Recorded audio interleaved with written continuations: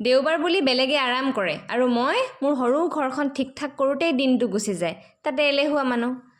হ'ব বাৰু, এইবোৰ কাহিনী পাছত ক'ম। প্ৰথমে স্বাগতম জনাইছোঁ এলেহুৱা প্ৰাণীৰ ভ্লগলৈ, মানে RG ভ্লগলৈ। এতিয়া সময় হৈছে ৰাতিপুৱা 8:30। অলপ পাছত উঠিম কৈ থাকোঁতে 7:15 পৰা 8:30 বজাই দিলোঁ।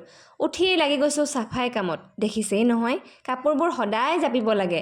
কেনেকৈ জানো খেলি মেলি হয় ধৰিবকে নোৱাৰোঁ। ইয়াৰ পিছত ভাবিলোঁ বাচনকেইটা ধুই লওঁ, কিন্তু দুখৰ বিষয় এইয়ে যে পানী নাই। পানী শেষ হ'ল, এতিয়া ক'বলৈ যাব লাগে। এইটো সমান মই টান পোৱা কাম আৰু নাই। পানী আহিলত কালিৰ পৰা দমাই থোৱা বাচনকেইটা ঘঁহি ধুই লৈছোঁ। কি ঠিক আকৌ পানী শেষ হৈ যাবও পাৰে। এতিয়া গা পা ধুই অকণমান চুলিখিনি ঠিক ঠাক কৰি লৈছোঁ।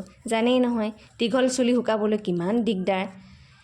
তাৰ পাছত বনালোঁ মই এইফালে ৰুটি। ভোকো লাগিছে, কিয়নো আনদিনা ৰাতিপুৱা সোনকালেই ভাত খোৱা হয়। আৰু আজি হিচাপ বিচাপ কৰি থাকোঁতে 11টাই বাজিবলৈ হ'ল। ৰুটি বাৰু হৈ গ'ল, কিন্তু খাম এতিয়া কিহৰ লগত সেইটোহে ক'বলৈ টান। একো নাই, যিহৰ লগত খালেও পেটত পৰিলেগৈ হ'ল ন। সেইকাৰণে আলু আৰু দাইল বনাই লৈছোঁ। কেতিয়াবা এনেকৈ খায়ো ভাল লাগে। এই সাজ বাৰু তেনেকৈ পঠালোঁ। পাছৰ সাজৰ কাৰণে ভাবিছিলোঁ বজাৰলৈ যাম, কিন্তু কি কৰিম, সেইফালে দীঘল ঠেঙি আহিল, মানে বৰষুণ যাক আকৌ।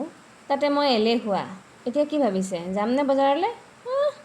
বজাৰলৈ যাম।